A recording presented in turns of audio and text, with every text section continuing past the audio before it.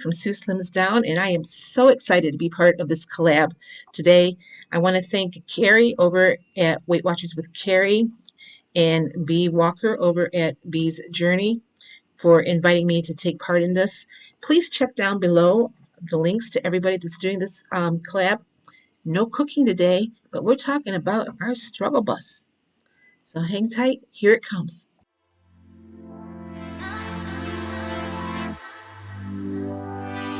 So the title of this collab is Inspiring You to Lose Weight. I know that through my channel, that's what I'm hoping to do. And since I've been struggling for the better part of a year now, I'm not sure how much inspiring I've done, but I do need to answer questions to get this collab done. Again, Carrie and B, thank you so much for inviting me. I saw the list of who all is in this, and some really great people are going to be sharing some good insights with you. So this is a no cooking, no prep type thing. I'm just answering questions the best that I can. So the first thing we're going to do is tell you a little bit about me. My name is Sue. I'm a 67-year-old Weight Watcher. I'll be 68 in October. I've been on Weight Watchers, it seems like, the better part of my life, since my 20s, off and on. But back in 2016, on January 1st, I decided to get serious about weight loss. My weight had gone up to almost 300 pounds. My official weigh-in for Weight Watchers, which was until around the 10th of January of that year, was 277.8. But I know I had lost weight before I went to an actual meeting. It was January 1st when I really started following the Weight Watchers programs based on older versions of the program that I had seen. So I have lost a total of 93.8 pounds. That's my highest weight loss. And matter of fact, I was there about a year ago at this time. And then I went on a vacation. Actually, I went on several vacations, and I started to gain weight, and it just kept going. Now, the pandemic should not have really affected me because I live alone anyway. I will tell you that this past Sunday is when I started on a Perfect on Plan challenge. Today, I'm recording this on Friday, and I met it every day except for one. My weigh-in is on Saturday. So I'm following the WW Blue plan. I did try the green plan for a while, and I have friends who have been very successful on the green plan. For some reason, I just couldn't wrap my head around it. When I first joined Weight Watchers, it was the Points Plus program. And I think the green plan is a lot like that. So I'm following WW Blue, which is akin to the Smart Points program that they had before they started the different colors. So, so those were the first two things they wanted me to answer. The next thing is, what is different now versus when you were at your lowest weight if you gained? First of all, I want to tell you I don't have the energy that I had when I was 24 pounds lighter. I think I'm at around 21 right now. 21 pounds lighter. Case in point, I went last year about this time. I went to visit my daughter in Idaho, and we did a mountain hike, 3-mile mountain hike, and I breezed along that. You know, yeah, there were a couple difficult spots, but I did pretty well. We did that exact same hike in May, and I had put on, 25 pounds by then. And it was a really hard thing for me to do. I didn't know that I was going to finish. At one point, I thought I was going to pass out, and it wasn't that big of an elevation gain. But that's one thing I noticed. I don't have the stamina that I had. And some of the clothes I was wearing then no longer fit. If you follow me for any length of time, you know that I, for a year, worked to get down into a size 10 pair of jeans. Those no longer fit. So that's one thing I'm working toward, getting back into those jeans. I don't have any aches and pains, thankfully. But I had been on, when before I started Weight Watchers, I was taking 4 blood pressure pills a day.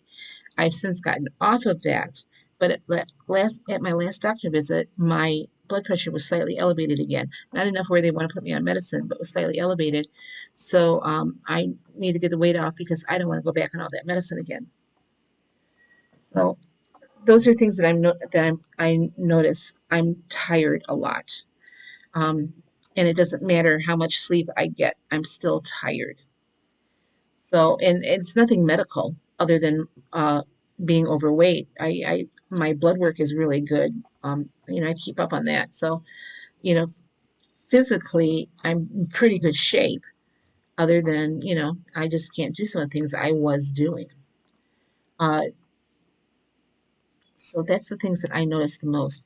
Also, I've noticed since I have not, in this past year when I've been kind of not following perfectly the plan, I have sugar cravings that I didn't have, and they're really amplified sugar cravings to a point where if I go to the bakery where I like to bake cakes and stuff. I am a baker, but I'll go and pick up not one donut, not 2 donuts. I'll get 3 of them and I'll eat them all.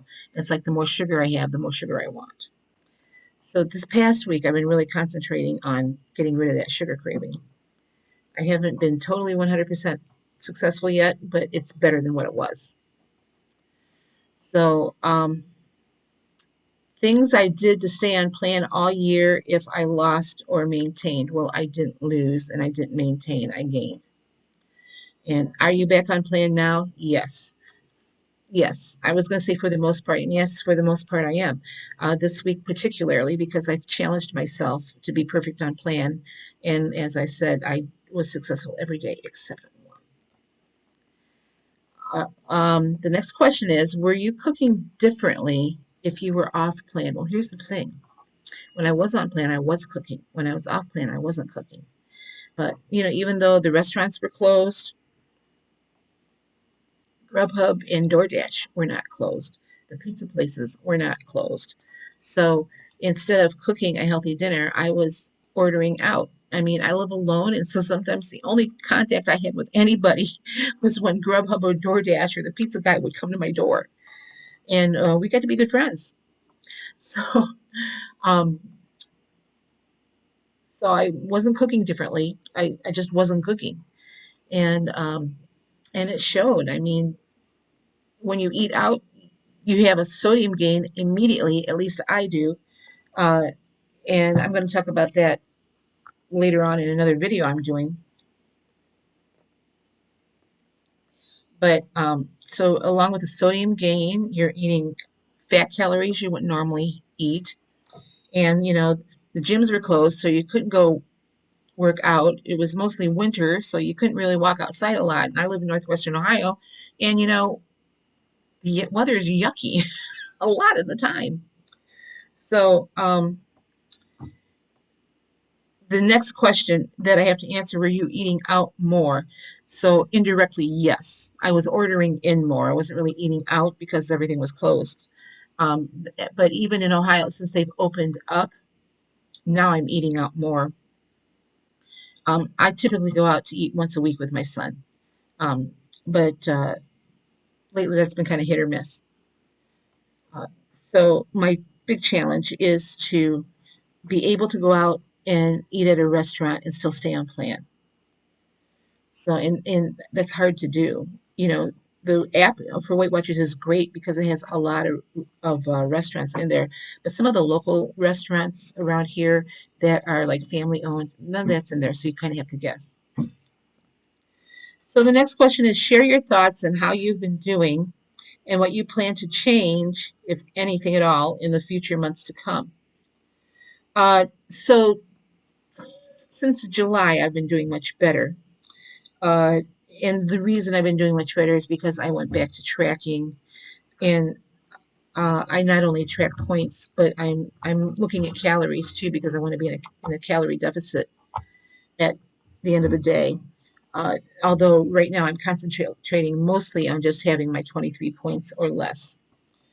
So I guess what I would change is to learn how to resist those sugar slash candy cravings that I have. Learn how to control eating when I'm out at a restaurant and an appetizer is placed before me. Learn how to say no to that type of thing.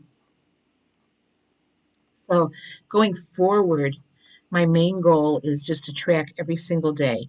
Even if I go over my points, I'm tracking every single day. And that's the other thing I was doing when I was ordering food in a lot. I wasn't tracking it all. Or I would track, close up my app, and then go eat something else.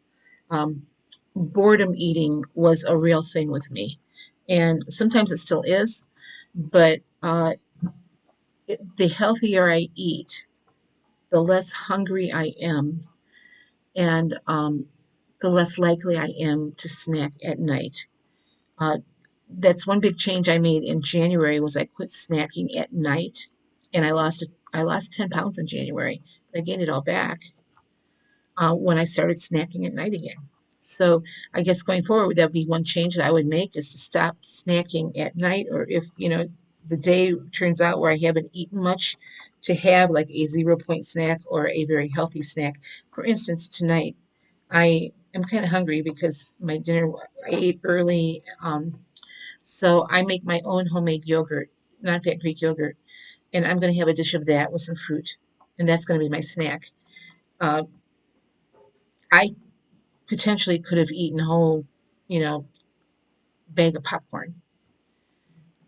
So anyway, the next thing is give your best tips for someone to get back on plan who may be struggling. So if you're struggling, I'm going to tell you that the road to success starts with one small step. If you are overwhelmed by where you are, and I was just overwhelmed and I couldn't wrap my head around anything Weight Watcher related, do one thing and do one thing for an entire week without changing anything else. So if all you do for one week is track, do that. Or if all you do for one week is weigh and measure your food, do that. And after you do that for a week, then add one more thing for another week until you keep adding every week until you have uh, your head wrapped around the program and how the program works. That's one thing. The other thing is make sure you take time out for yourself to do something for yourself every day. That could be a nice long bubble bath. That could be going for a walk. You know, for me, the one thing that I do every single day is in the morning when I get up, I uh, I make my coffee and then I will, pour myself a cup of coffee and I sit down and I do my morning devotional and my Bible study. That's one thing that I take out for me because it's important to me. So start with one small step. I'm from Ohio. Remember one small step for mankind, or one small step for man, a giant leap for mankind. Um, so that would be my best advice. Just do one thing that you need to change. After you have done one thing consistently, I think they say for 21 days it becomes a habit, and then it's kind of second nature to you, but you keep adding every week one more thing to that. And the other thing is make sure you have some sort of accountability circle. Whether it's you're texting somebody else who is following WW, or you're contacting one of us on YouTube, uh, make sure you're accountable to someone. If you're not going to meetings, which I don't, um, not a lot of meetings are available around me right now, um, but financially, I can't really afford to go right now. So make sure you're accountable to somebody. Make sure that you are reporting your weight to somebody, or you're discussing your menu plan with somebody. So change one habit at a time, be accountable to somebody. Well, I guess that's going to be it for me. I'm looking forward to seeing what everybody else is, what advice they're giving. Uh, and like I know several of the ladies that are involved in this, so you're going to get some great tips. Please take the day, do this for yourself, and watch everybody in the collab.